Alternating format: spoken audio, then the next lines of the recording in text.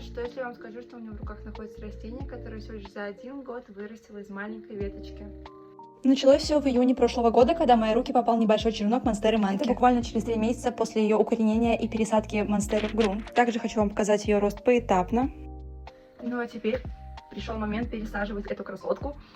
Для начала, что я делаю, конечно же, я освобождаю корни от горшка. После того, как я освободила корни, их нужно было хорошенечко и аккуратненько распутать, чтобы растение быстрее адаптировалось в новом грунте.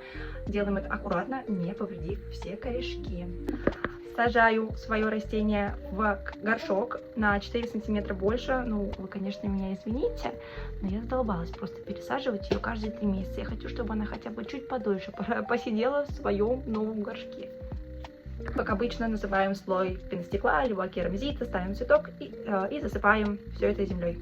Обязательно после пересадки не забываем обработать растение антистрессом, так оно быстрее привыкнет к своим новым условиям.